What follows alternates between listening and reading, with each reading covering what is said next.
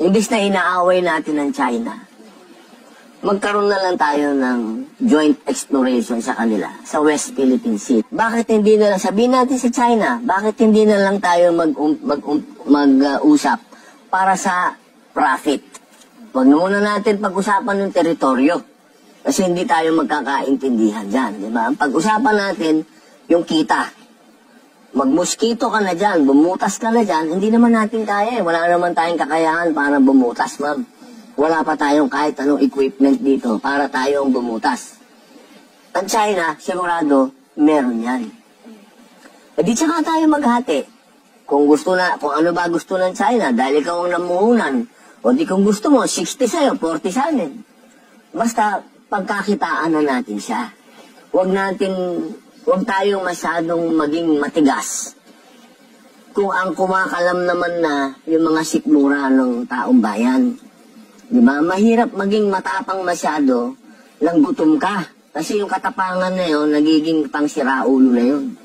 Kapag pinatigasan natin, baka ma'am, mga apo na natin, wala pang makinabang dyan. Kasi, sila mahaba yung PC nila eh. Tayo ma'am, hindi eh. Oo. Ako naman, kung sana wala tayo sa krisis na to, na dinadaanan natin ngayon, pwede tayo makipagmatigasan.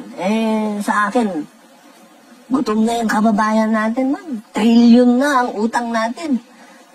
Dapat matuto din tayo ng diplomacy, di ba? Kasi yung panahon ng katapangan, hindi ito yung oras na yun. Wala tayong isusukong teritoryo.